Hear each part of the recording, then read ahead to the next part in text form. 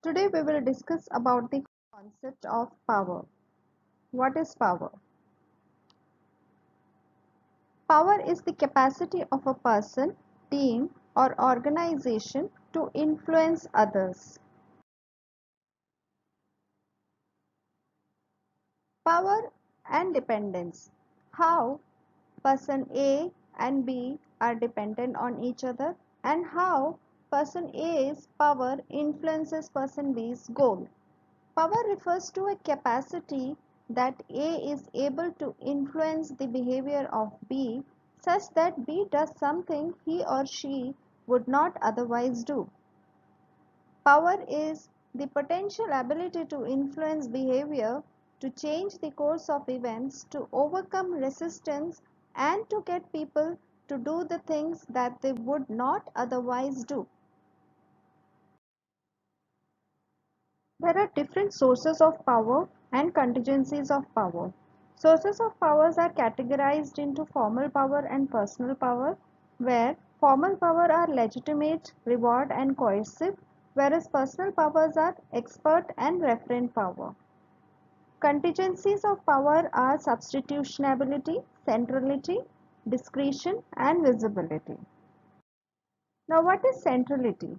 Centrality refers to those activities that are most central to the workflow of the organization. Scarcity.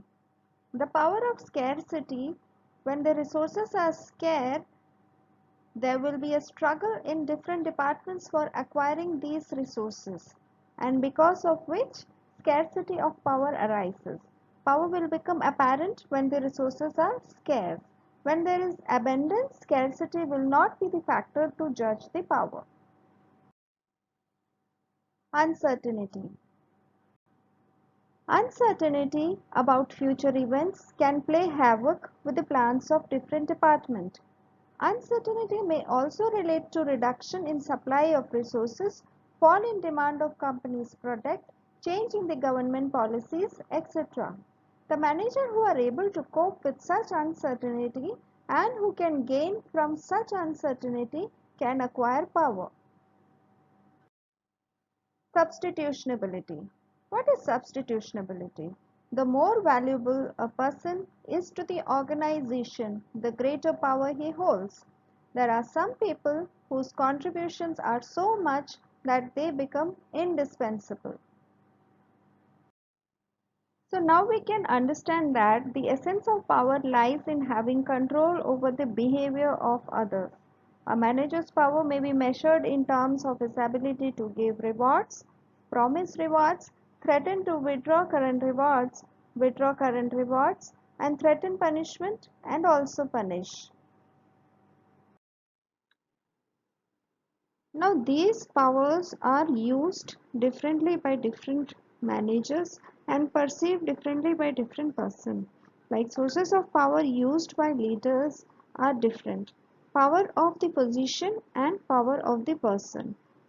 Power of the position are based on things managers can offer to others, like rewards, for example, if you do this, I will give you a reward.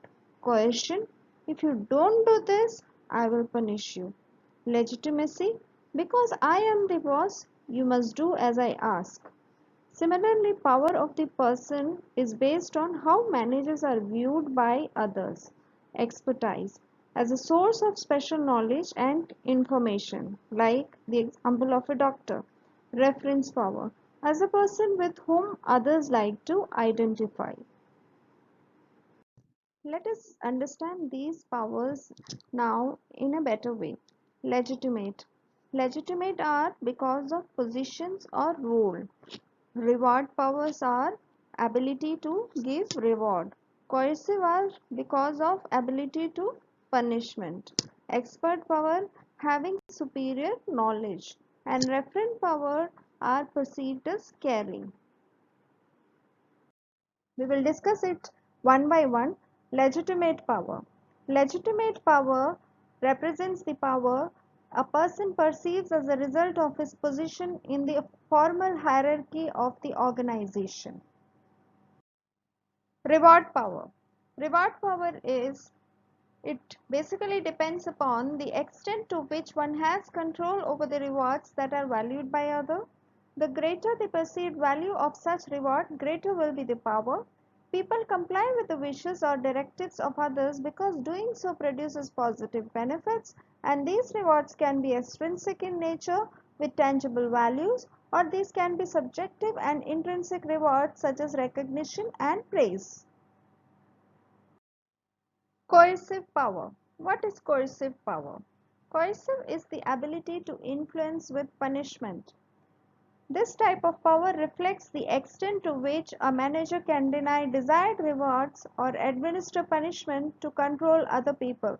The more punishments a manager can impose, the stronger in will be his coercive power towards the subordinates. Information power. Information power is having control over information flow. It is based on legitimate power. It relates to formal communication network. This type of power is basically followed and is very common in centralized organizational structures. People in the organization who have data or who have knowledge that others need can make those others dependent on them. For example, the legal department when the firm faces a major lawsuit or the HR department during a critical labor negotiations will gain increased power in their organization until those uncertainties are resolved. Expert power. Expert, as the name suggests, it is based on the perception or belief that the influencer has some relevant expertise or specialized knowledge that others do not have. For example, we follow doctor's advice because of our faith in his knowledge and competence, or a CA when you file your tax return and other legal issues. Referent power. What is referent power? This power is also known as charismatic power, and it is based upon the attraction exerted by one individual over another. It develops out of the personal admiration of another and a desire to be like that person. The stronger the association, the stronger is the power. For example, celebrities endorsing brands in commercials. Charismatic power. Charisma means a gift, a charm in the personality. It is the extension of referent power, stemming from an individual's personality and interpersonal style. Example, people like spiritual gurus or people who bring some great reforms in the policies. Now we can see here in the picture different forms of power used by different people. Like bullying is an example of coercive power, whereas your boss can give you a reward and this is called reward power. Legitimate power is used by police. Doctor uses an expert power, whereas celebrity endorses a referent power.